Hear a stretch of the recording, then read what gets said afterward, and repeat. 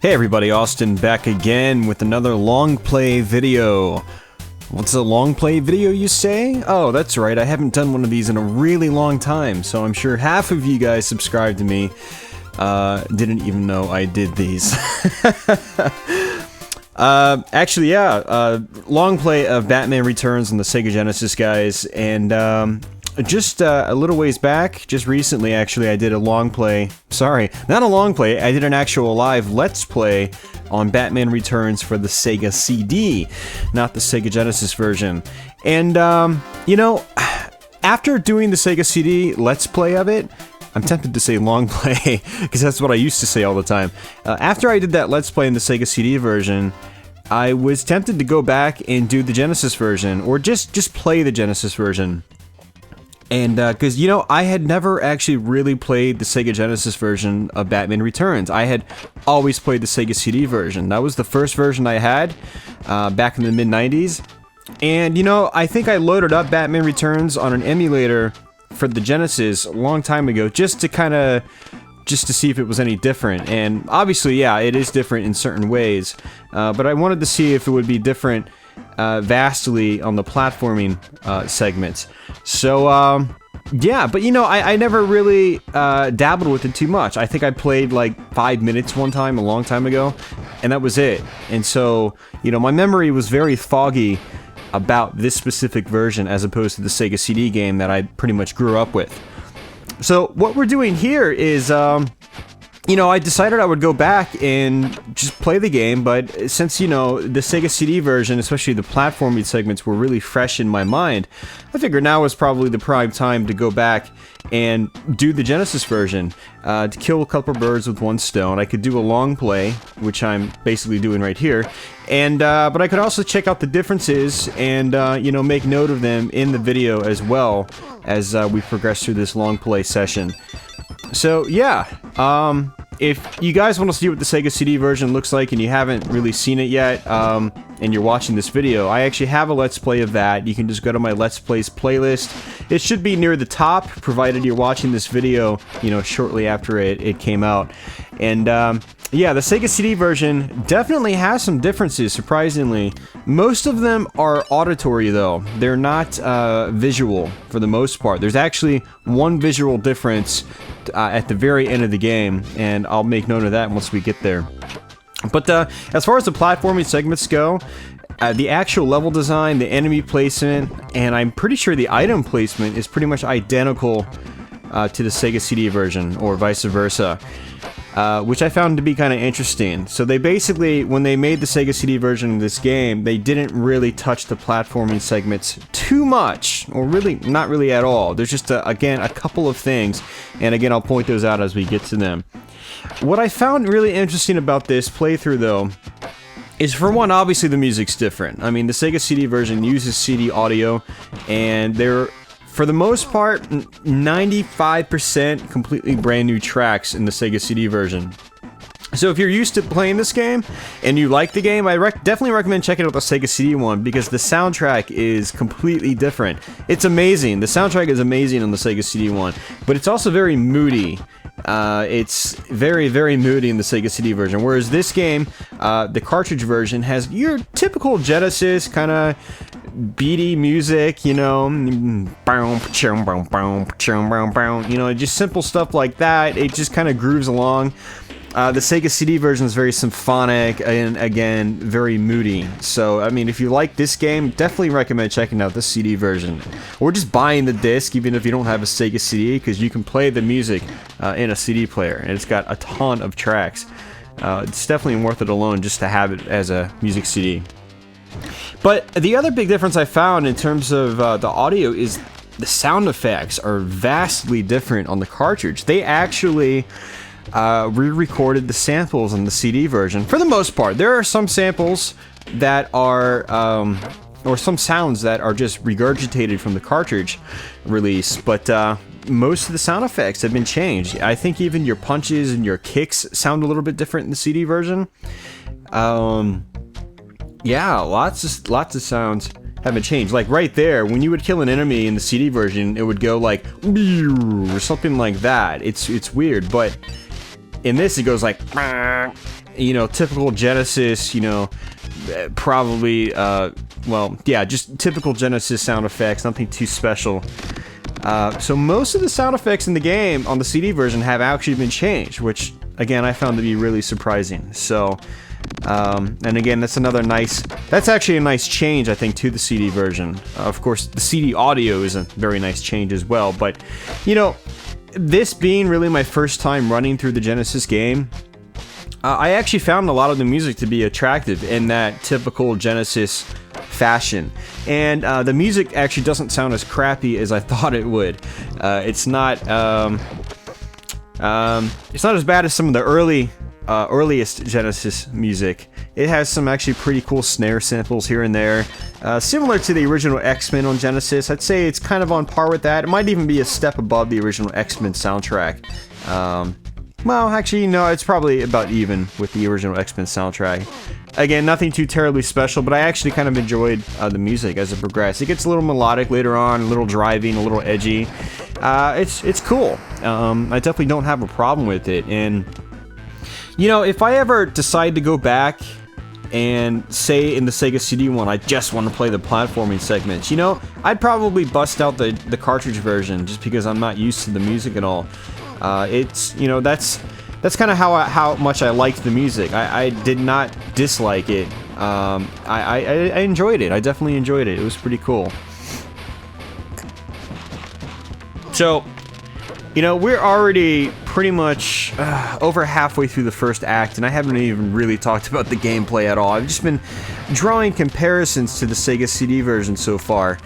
And, but as I was playing this, I was kind of thinking about what to say, and, I did want to definitely point out that, I actually have a pretty good run in this video up until about, the 3/4 mark, and then I start to get really, really sloppy. Mainly towards the end of Act 3, I start dying. I think I get to the end of Act 3 without dying, and then from there I lose like 5 or 6 lives. I lose 1 life near the end of Act 3. I lose, I think, 2 or 3 lives on the 4th Act Penguin boss. But I think I get to him without dying. And that was just really stupid, and you'll see what I mean once we get there. And then I think I lose a couple more lives on the Penguin's Lair, Act 5. And those were legitimate deaths. Again, I was getting a little sloppy, but they were actually pretty unexpected deaths, because on the final stage in the game, you actually have some endless pits. You actually have a lot of endless pits in the final stage, which makes it a little frustrating if you're not familiar with the level. Fortunately, with my practice on the CD version a few weeks back, I was familiar with the stage, so I didn't have too many problems, but I did slip off some edges and die a couple times, so... But what's kind of nice about this game is if you take your time and you look for all the power-ups and so forth, you'll find a lot of extra lives thrown throughout each level, and there's actually going to be one towards the top here that I'm going to get. And, you know, I started the game off with 3 lives, I'm already up to 5, and I'm going to get my 6th one in just a minute. And I think by the time I start dying, I have 9 lives. And even after I die, I still get a few more extra lives. So by the end of the game, I have a lot of lives again. It's crazy. You can actually get a lot of lives in this game. Now, granted, if you're not familiar with this game, you're gonna be using all those lives, trust me. But once you do get familiar with the game and you know you're well practiced in it, I don't want to say like me, because again I get sloppy later on in the game, but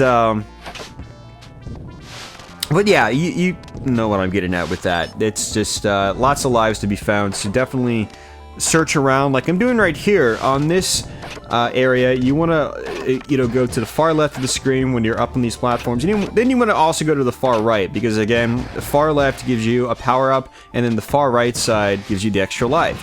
So you want to take your time on your first few times through to find everything. And then from there on out, just make it habit to get every item you can come across, unless you're trying to speedrun or play minimalistic or something like that. So, for those of you guys that have never played Batman Returns and perhaps did not watch my Sega CD Let's Play of it, you basically have punching, kicking, You can duck and kick, and when you're sort of floating through the air with your wings out, you can turn that into a sort of dive kick, but I never use that, ever. I probably should try to use it, but I've never found a need for it, so I just punch when I'm in the air, you know, no big deal. But you also have a few special weapons, which your default one is sort of the mini batarangs, which I'm throwing on this section. The batarangs are really good, although as you progress through the game they become progressively weaker, or I should say the enemies become progressively stronger, so they start doing less damage as you progress through the game. But if you use them sparingly, which is what I recommend, you'll end up having them when you really need them. Like on this stage, I have 90 something of them, and 99 is the maximum. And you can see that in the bottom right hand corner of the screen. And these motorcycle guys, I can basically kill in one hit with the mini batarangs. So I like to save the batarangs for the most part for places that I can use them in, or areas where they'll really help me. This weapon I just selected is a homing batarang. It's a bigger version of it, and it's really powerful. And this boss, you're supposed to actually technically get up to the top and punch or kick him if you want to, you know, go hand to hand with him. But what I like to do, and I actually discovered just not too long ago on the CD version, is just sitting on the bottom and using those homing batarangs, and takes him down in just like 5 or 6 shots. So really good stuff there.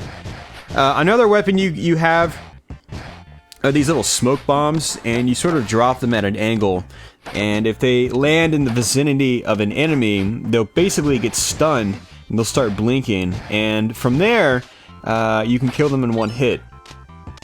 Really useful weapon. You'll see me use it on the very final stage in the game. And then there's another weapon which I'm actually going to pick up right here. Oh no, that's the bat power, or the wing power, I'm sorry. Your wing power, where you start floating through the air, that's actually limited, and that's denoted by the yellow bars right next to the wing symbol, which is again next to my lives, which is in the center of the screen.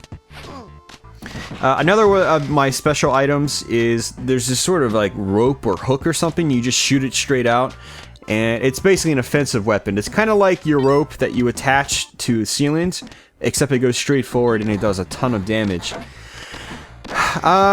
Lastly, you have you can basically open up your wings and shoot out a bunch of bats, which will basically swarm the enemies, and that's a pretty powerful weapon. And that's actually your center power up when you bring up your bat belts, or whatever you want to call it, your inventory belt. And you'll see me use that actually at the boss here, which the next boss is going to be Catwoman, and then that turns into sort of a race from the Penguin. And the Penguin is the main villain in Batman Returns. I'm sure if you guys are younger generations watching this video, you might not have seen the original Batman Returns full-length movie. If you haven't, I definitely recommend checking it out. I mean, those are pretty much, you know, classic superhero movies, both the first Batman movie and Batman Returns. Pretty cool movies.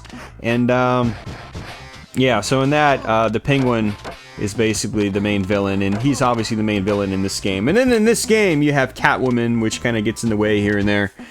And I think you fight Catwoman 3 times in the game, depending on how far you get, actually. And one time I don't think it really even matters, and I'll explain that. And you'll see it towards the end of the video. But the first time is on the first level, which we already did. The second time is on this level. And then she goes away for the rest of the game. And until the ending. Sort of the ending. When you beat the game, the credits roll. And while the credits are rolling, you're on a rooftop. Actually, the same rooftop from the intro of the game. Fighting Catwoman as the credits are rolling up. Kind of a neat little thing. And that's actually not in the CD version without a cheat code. Or I think it might be in there if you play the platform segments only. In the CD version, they also added driving segments, which it basically doubles the length of the game. And I really enjoy the driving segments in the CD version. They're really well done. And if you beat the game, straight through. Oh, I'm sorry, let me go back a step. You can actually choose to play either the full game, which consists of the driving and the platforming segments, which you see here, or you can just select in the option screen the driving game by itself, or just the platforming game. And I'm not sure if you experience it if you just play the platforming game itself, but I know that if you use a cheat code and beat the final boss, you'll see the Catwoman ending. If you actually play through the full game, driving and platforming together, you actually get a different ending that's not in this version. It's actually not much of an ending, and neither is the ending in this game. It's not really much of an ending either. But it is different in the CD version, which is pretty cool. So there are some differences in that regard.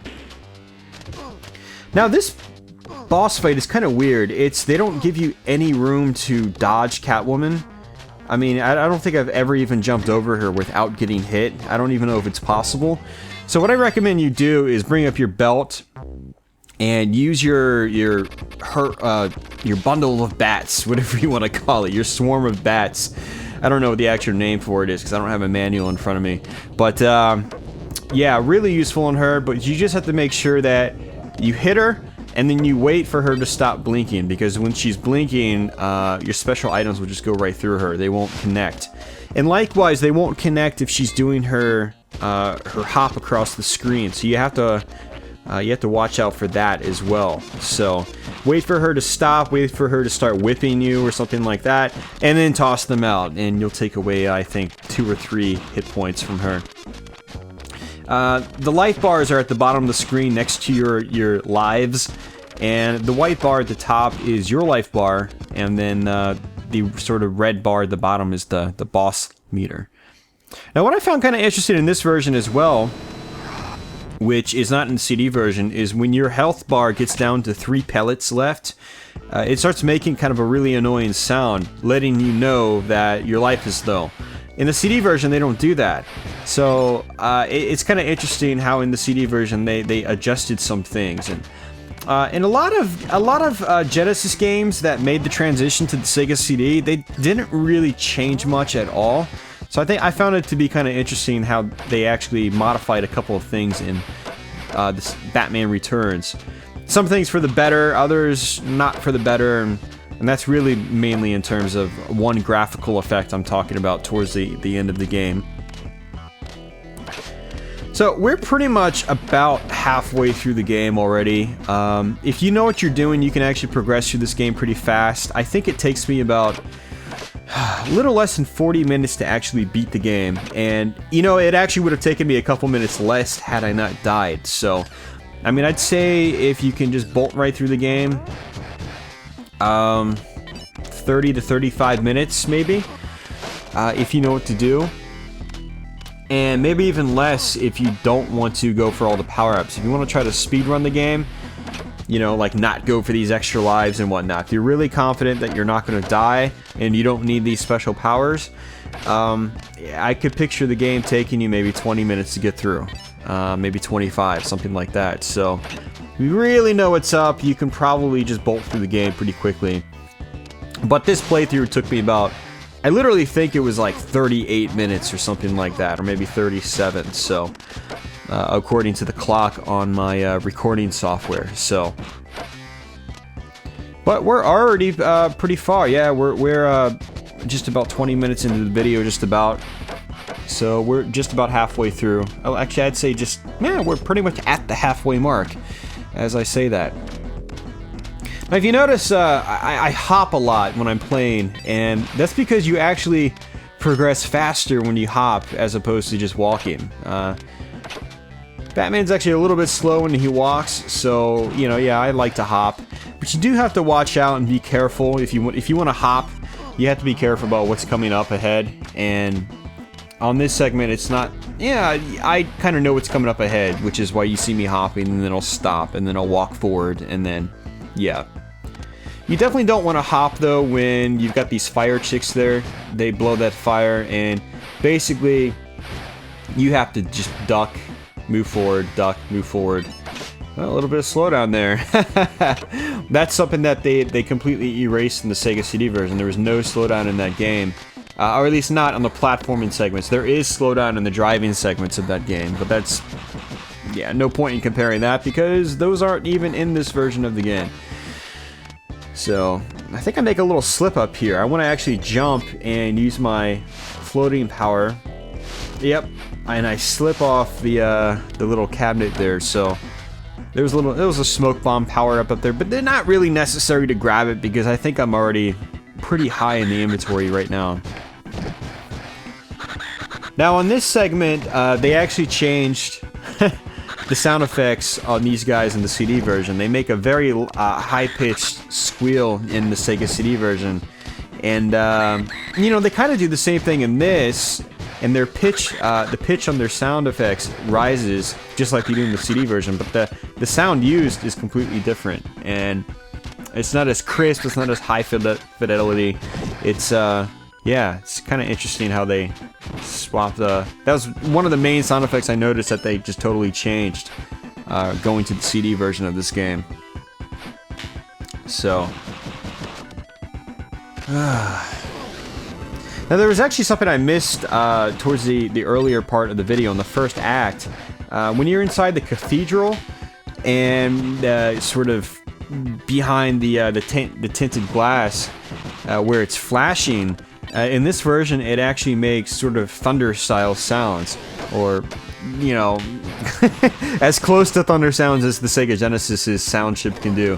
But in the CD version, they actually took out the thunder strikes, not thunder strikes, the thunder crashes. You know, it's yeah.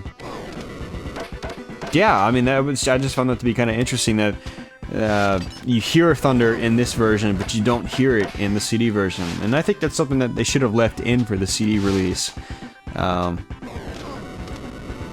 Yeah, another one of those little minor differences that just kind of caught me off guard. The thunder actually fits the scene a lot better, and while the CD version has a really cool sample of audio, or I'm sorry, music to go along with that scene, it doesn't have the thunder, which would have made it even better in the CD version. So I'm gonna switch to the old homing batarangs here, and I just sit from the bottom and just shoot them up. A lot of the bosses in this game can be really easy just by saving your power-ups. And basically, as you've seen me do for the most part, I like to just use my fists and my feet. I like to attack hand-to-hand for most of the game until I get to the bosses. I like to save my power-ups for the bosses. They make the boss fights a lot easier. Most of the bosses in this game are really risky when you go hand-to-hand. It's just, you're probably going to get hit, kind of like I'm doing right now. I'm being sloppy right here. And the game's just a lot easier with bosses are a lot easier when you use your special items. So, and those saw blades are completely different sound effect in the Sega CD version. They are actually really, really loud in the CD version. They're like, and it's kind of like, it's almost like they used a real sample from a real table saw. It's that loud. So, and again, if you guys want to check out the Sega CD version, if you haven't seen it, actually what I'll do is I'll post a video response to this video with the CD version. So, if you want to go ahead and just reference that after you're done, just, you know, check that out to note the differences, and you might even be surprised that there's a few differences. Mostly in terms of audio, again. On this boss, I like to use this rope weapon. What's good about the rope weapon is you can shoot it out just about as fast as your regular Batarang, maybe even quicker. And so, on that guy, on that boss in particular, he actually causes flames to come up from the car. And they're kind of unpredictable where they appear, at least I haven't found a pattern yet. So, being able to use that rope weapon just kind of kills him before he can even do that attack. So,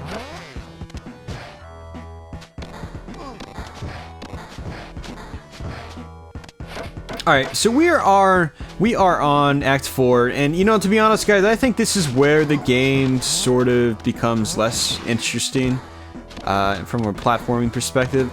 It's one of those you know, platforming levels where it's just multi-screen here and there, but it's just, you're on pipes in a sewer, and, you know, it's the kind of setting I've never been a huge fan of in video games, and, I don't know, I just, nah.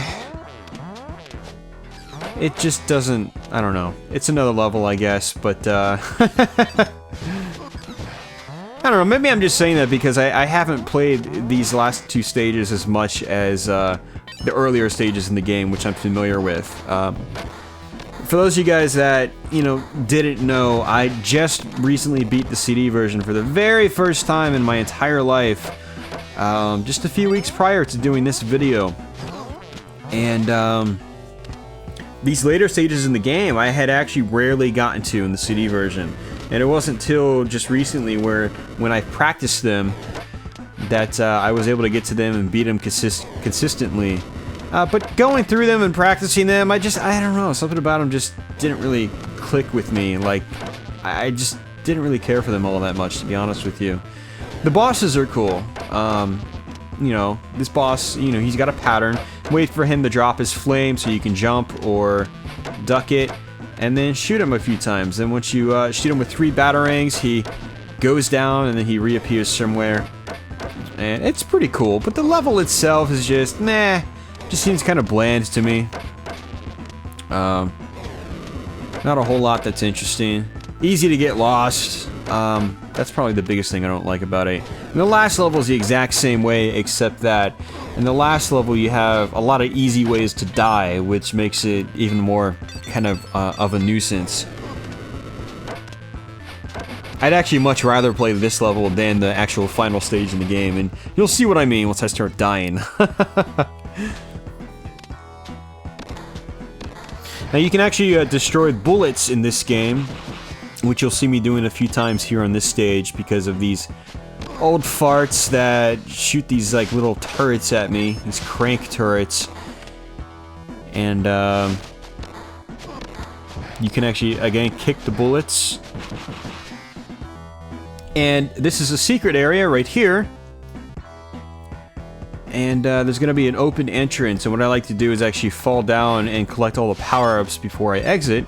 And this screen will just loop infinitely. It never ends. So you can just literally just fall forever and just let the game go. You don't even have to pause it. Just let Batman fall forever.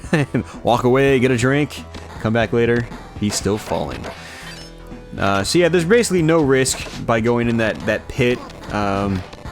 That specific hole. It's basically a secret area. Now, I wouldn't recommend doing that anywhere else on this level, because they will be in an actual endless pit and you'll die in one hit. So, I don't know if there are actually any other secret, you know, pits like that throughout the game. That was the only one I ever discovered, and I actually fell down there by accident in the CD version and found it. And when I first got there, I was like, oh man, I died. And then I was like, oh wait, this is weird, it's respawning me in like a weird spot. And I thought I had literally died. I didn't realize that it was just a secret room. So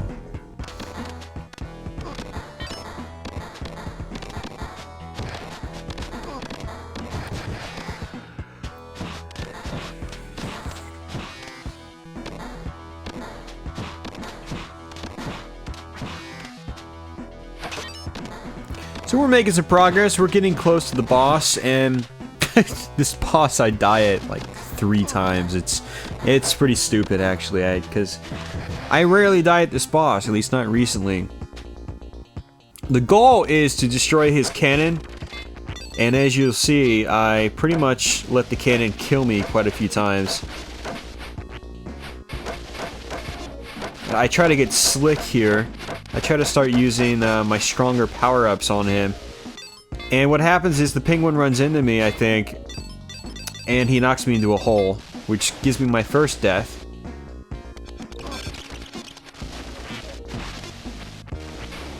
Right here. No. Almost. But 1 pellet left. Look! Oh, that was just so... that was awful. Absolutely awful. I basically had like 1 or 2 more hits on him. And then I get hit, the green cannon, or it's green stuff it shoots out, it takes away 3 pellets, so it does some damage. So there's another 3 taken off. Basically 2 more hits and I'm dead.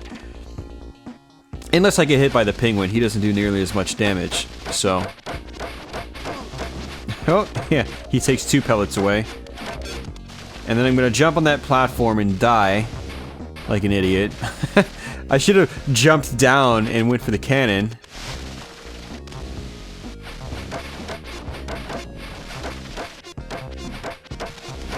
Right here. Dead. I'm so embarrassed. I think I just jump over and I start kicking the cannon. Yeah. That's what I should have done the first time. I mean, I knew that was gonna happen, but I've never actually had to kill the cannon before. You know, I've done it by accident a couple times by using the homing Batarang, but it's never really been a necessity to me until this playthrough. So if you play this game and you get to that boss, go straight for the cannon. Alright, now this is actually something I wanted to mention in terms of a difference from the CD version. There's actually water right there. It's reflective. And that water's completely gone in the CD version. It's gone. I don't know why they cut it out. It's weird.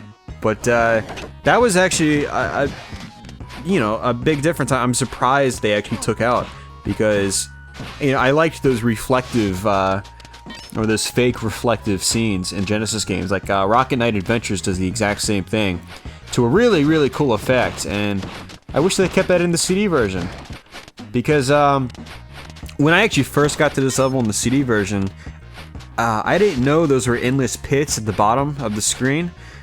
And in this game, the water kind of lets you know that, hey, you probably shouldn't jump here. Usually water is bad in most platforming video games, because strangely, most of your characters can't swim, or they disintegrate like that for some unknown reason. Why Batman, of all people, disintegrates when he touches water is, you know, kind of confuses me, but okay. And I think I die a second time here. Oh no, I already did. I already died once. I thought I was going to die a second time, but... here's the smoke bomb. Lots of examples of using it in action on this level. Enemies can be a real pain in the ass on this stage, so use the smoke bomb a lot.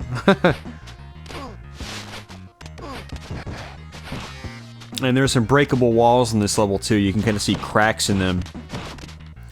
And you definitely want to grab these power-ups, especially if you get a game over and you have to continue. That is assuming this game gives you continues. I'm assuming it does, but I've never had to continue in this specific version, so I don't know if you actually get continues or not.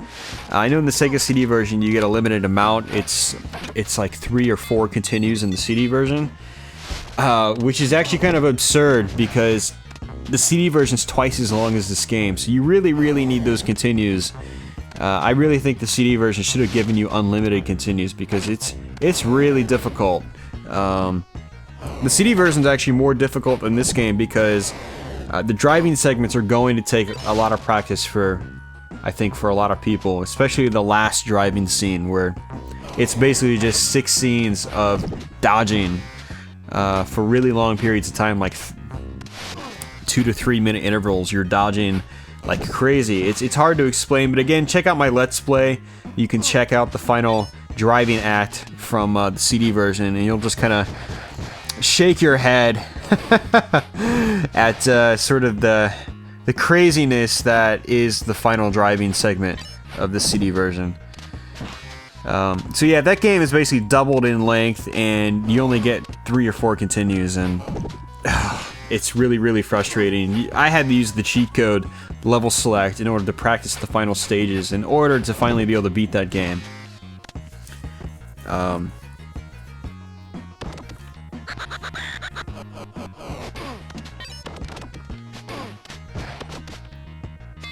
So we're pretty much just right before the final boss, and what happens here is the clown guys, the big tall clown guys that scream, they come up, shoot these homing missiles at you. You can kick them, And normally what I would do is I would use the rope power-up to kill them in one hit, but I'm trying to save it because I wasted my power-ups at that last penguin boss. And, so yeah.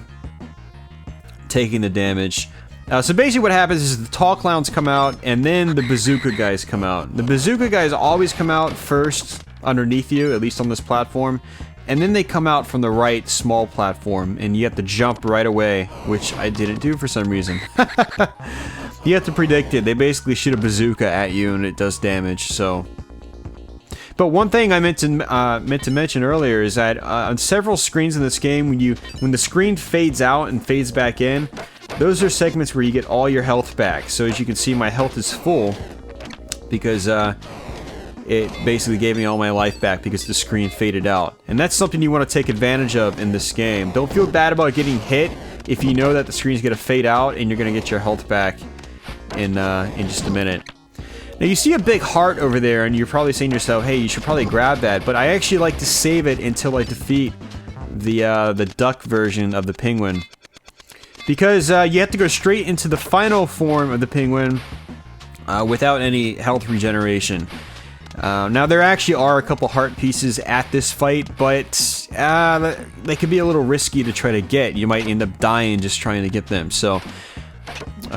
yeah, so I like to save that big heart piece in that last fight for this segment.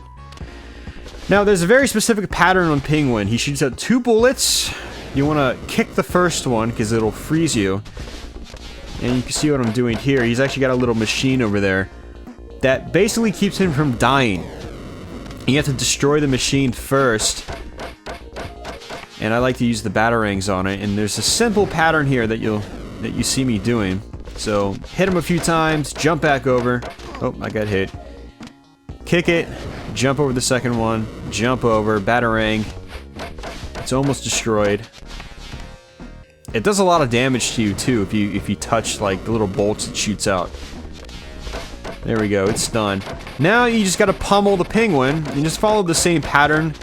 Always destroy the sort of white or bluish bullet first. Or projectile, because that freezes you again, and the red projectile he shoots out does a lot of damage. It does like 3 or 4 pellets of life off of you. Now it looks like it's 3. So, and that's it. We basically just beat Batman Returns on the Sega Genesis. And this is going to be the quote-unquote final fight, which isn't really the final fight because it's, I don't know. You can either kill Catwoman or she can kill you. You'll notice my lives, they went back to 0. So this isn't really a mandatory sort of thing. And you'll see the credits going up. And they do this exact same thing in the CD version if you use the cheat code to get to the final boss. I don't know if it appears if you just do the platform-only segment or version of the game. I haven't tried it. I don't think I'm going to try it either. Or if I do, it'll be a while. Now, what's actually really interesting is this music right here is the only music in the game that also made its appearance in the Sega CD version.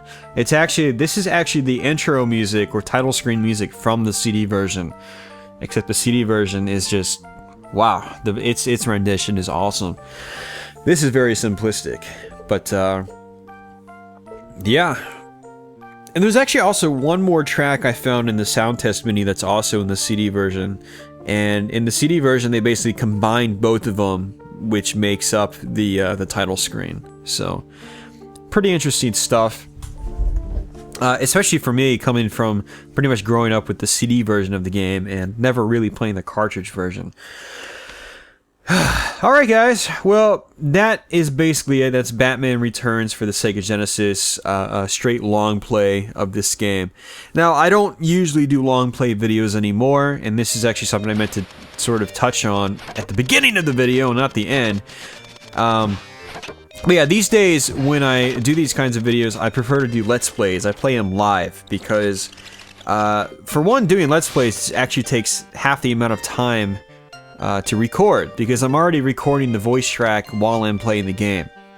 So, Whereas I just spent 40 minutes beating this game, I spent an extra 40 minutes recording the voiceover on top of it. So, you know, doing Let's Plays saves me time, but I think that Let's Plays can also be a little more interesting because I'm more apt to actually talk about what I'm doing on screen. I can stop the character and say, hey, this is how you attack, or this is how you jump, or hey, there's going to be a guy that's going to kill you in one hit coming up shortly. So, you know, with these long plays, I tend to ramble a little bit more.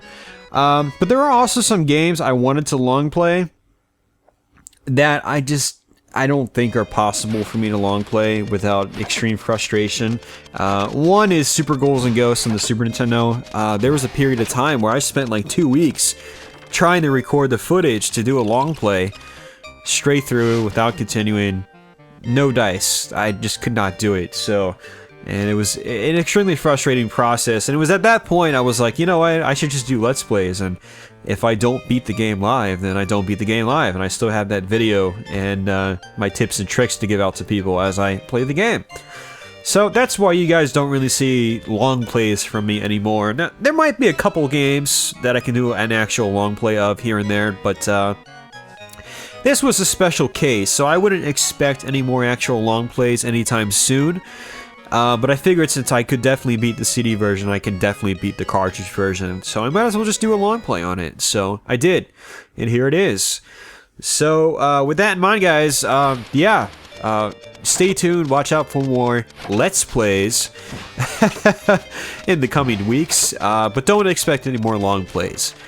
So yeah, I'm gonna go ahead and just wrap it up here. Again, I want to say thanks for watching. If you're new to my channel, feel free to subscribe. I've got more Let's Plays on the way. Not really more long plays, but more Let's Plays.